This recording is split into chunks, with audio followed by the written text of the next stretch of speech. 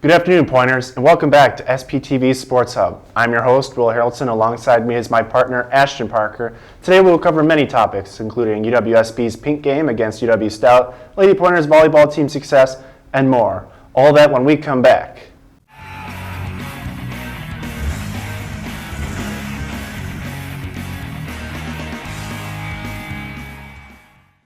Welcome back to SPTV Sports Hub. This past Saturday, the Pointers football team welcomed the UW Stout Blue Devils for this year's Breast Cancer Awareness Pink Game. Both teams came in with identical 2-0 records, both impressing in their first two games. However, Saturday's game, only one team impressed, and unfortunately for the Pointers, it was the Blue Devils. UW Stout pounded the Pointers 45-14, earning them their first loss of the year.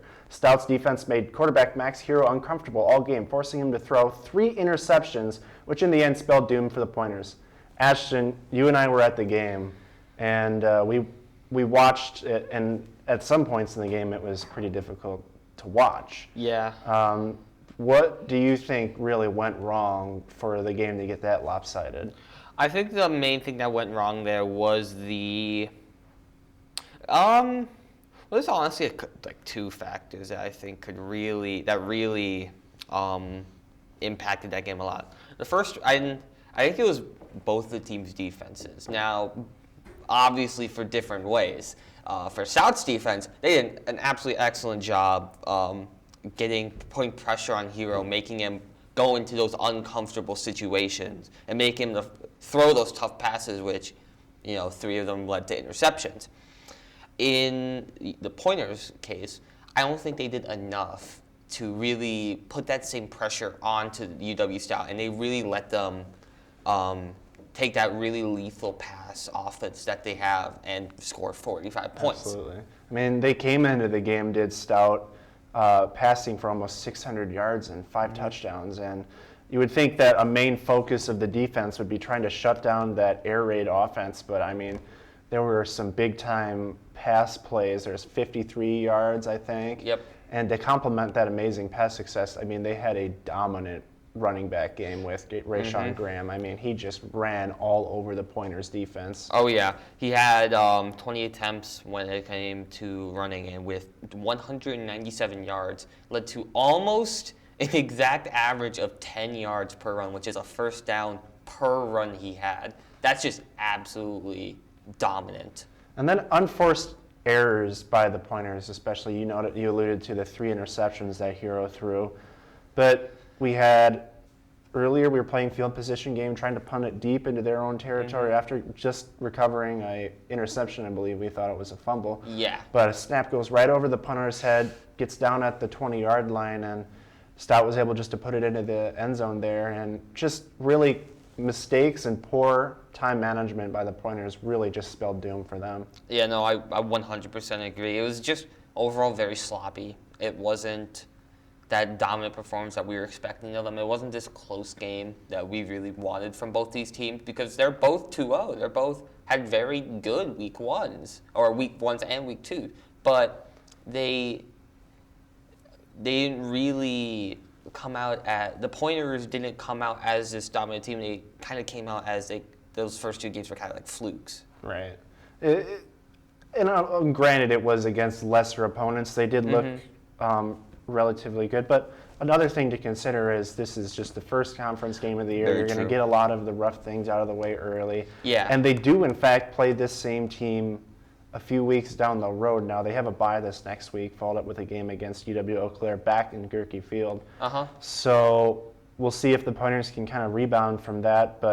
And I think there's one other thing I need to bring up real quick, is that I think this one does count as an out-of-conference game. I believe now, so. The reason why this is the case is because while UW Stout is in our conference, this was more of like an impromptu meetup, because Point was looking for a matchup for their pink game, and so UW Stout came up and was like, hey, why don't we play a game for the pink game? And so that's why this occurred, and that's why this isn't a conference one. So that's really important to know, because that really affects the standings a lot. Because let's say, in their second matchup, Point beats them. Now they're in a really good spot, because they're one of them in conference play, which can really affect the standings. Absolutely. I mean, you alluded to it. This is the first game. So, I mean, first of two, so they'll definitely have some tape to watch for that second game to prepare for. But I think, I mean, we were talking about all the struggles that the Pointers had. I think we got to give credit where credit's due. I mean, Stout came in with a game plan that they just executed to perfection. I mean, their quarterback threw, I believe, 2 interceptions, but 2 of those, I mean, those were kind of freak plays. One, just a nice defensive possession, and, you know, another one, he threw it deep down to his wide receiver. It bounced off of his helmet. Pointers picked it off, but in general, I think that Stout just came in with a fantastic game plan. Yeah, no, I would agree. I feel like they just came more prepared. They really just seemed like the better team in the end. Absolutely. It was definitely a rough day at the office for the Pointers, that's for sure. When we come back, we will break down how the Lady Pointers volleyball team has been able to be so successful. All this and more when we come back.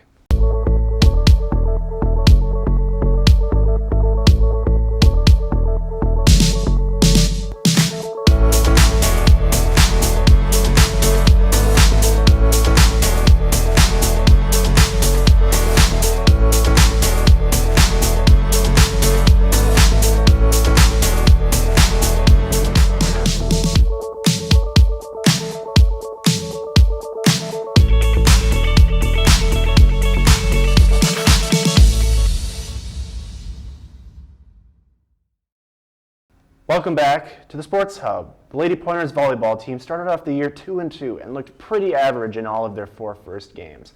But now they've won 8 straight matchups to improve to 10-2, overall, and tied for first place in the WIAC. So Ashton, Lady Pointers, how have they been able to turn this around? And go from 2-2 to 10-2, Yeah, no, it's all good.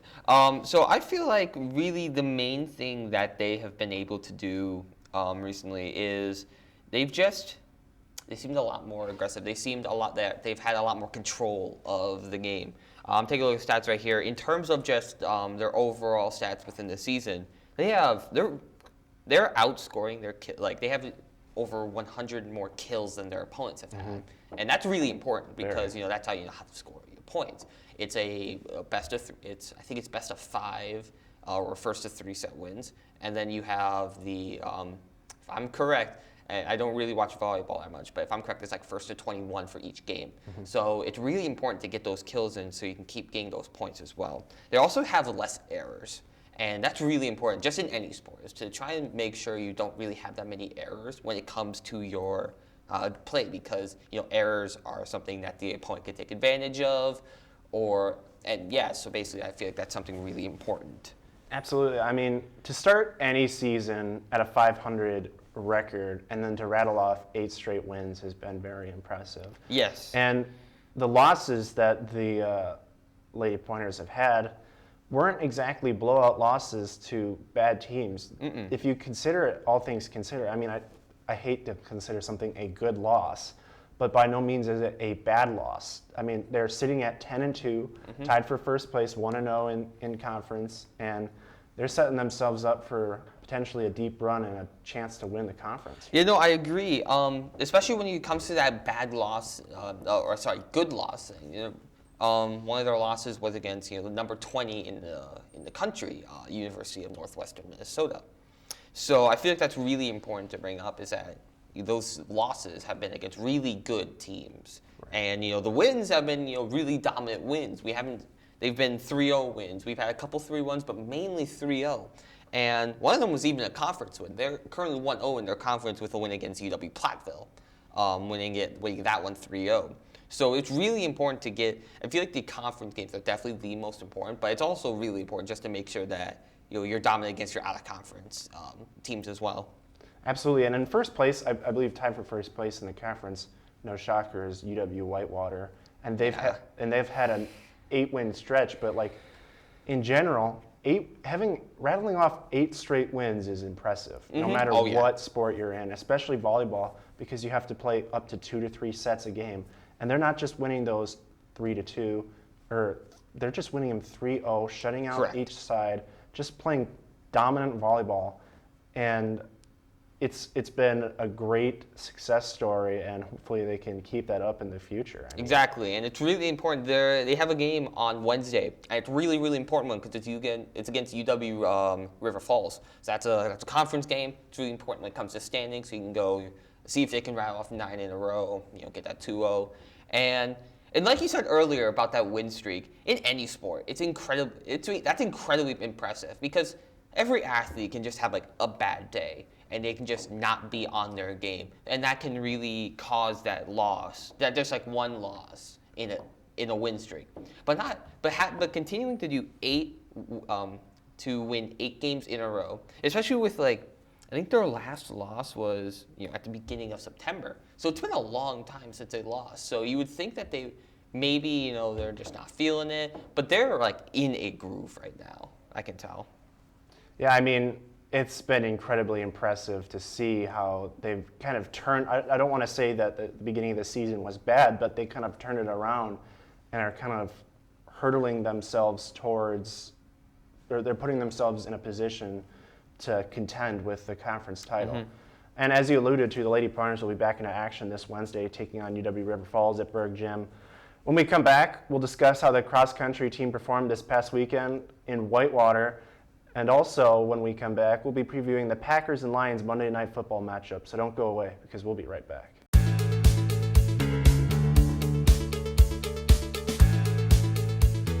Being a part of the different activities and organizations that I've been a part of, I'm actually able to see myself where I'm like, hey, I actually can make a change. I'm one person that can make a difference. Division III has helped me to develop teamwork skills, critical thinking skills, time management skills. It's not just about basketball, or it's not just about school, it's about developing yourself as a person altogether. Welcome back to the Sports Hub. Last weekend, the Pointers cross-country team ventured down to Whitewater for the Tom Hoffman Invitational Meet. Both teams had strong showings. Of all 13 schools that attended, the women's team finished second, and the men's team finished third, so a super strong start to the season for the Pointers cross-country teams. The Green Bay Packers look to bounce back tonight against the Detroit Lions. So, Ashton, what do the Packers need to do to get themselves back on track after that abysmal first game? I mean, it's safe to say that was a rough first game. Yeah, and I'm on record to show that I have absolutely no faith in this team whatsoever. But what I think the Packers need to do the most, and what they rely on, honestly, is Aaron Rodgers. I think he is the big factor when it comes to this team. If Aaron Rodgers is sucking, then the Packers are going to suck. That's just how it's going to go. And, you could say that with any quarterback, honestly. You can say, let's say, if, Tom Brady isn't doing well, then, the Buccaneers are going to lose as well. You can say that. But I feel like it's extra important with the Packers nowadays because, this is, like I said last week, it's quite possibly Aaron Rodgers' last season. So really you want to have this.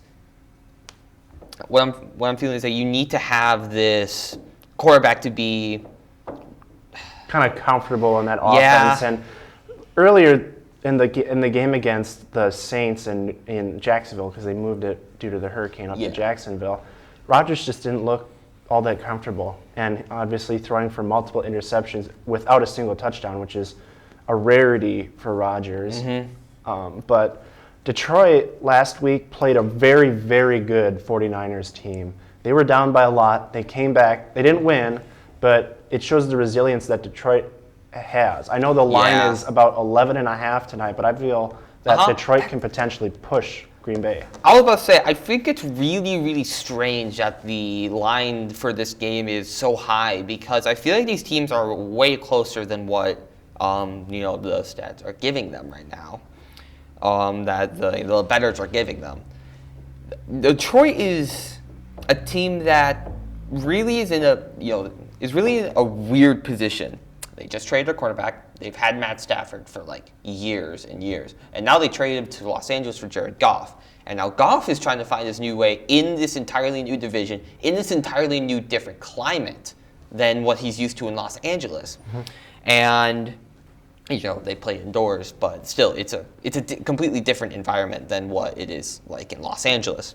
And he threw for 338 yards with 3 touchdowns. He did have an interception, but that's really, really impressive against, like you said, a 49ers team that's doing really well. And Detroit's looking to build off of that momentum from the fourth quarter. And I think that's what's really going to be one of the big factors as well for this game, is momentum. The Packers have absolutely no momentum from that last game. 38-3. Almost nothing good came out of it.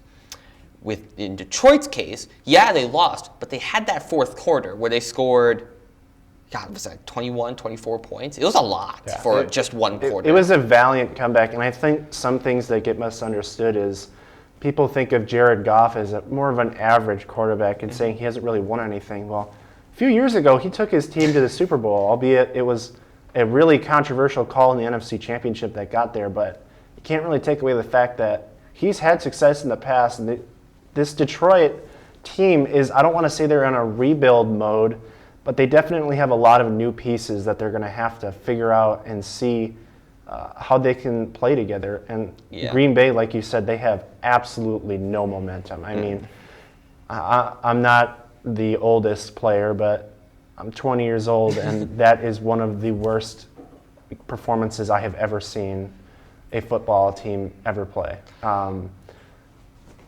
Seen worse. For the Green Bay, for the Packers, it's right? really bad. Especially coming off of a season, 13-3, made it to the NFC Championship game, could have gone to the Super Bowl. Very well could have gone to the Super Bowl. Played a really, really solid Buccaneers team and wasn't able to get the job done. There's one more thing I want to be a bit more optimistic about the Packers. There is one thing that I do think needs to be brought up, is that the fact that this is a home game.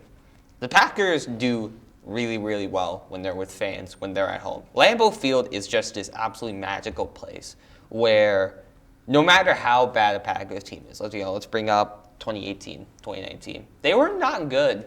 Aaron Rodgers was out with an injury, so they had to rely on backup quarterbacks. But that place was still packed, no matter what. I've heard from a statistic that they have the next 3 seasons just completely booked when it comes to home games.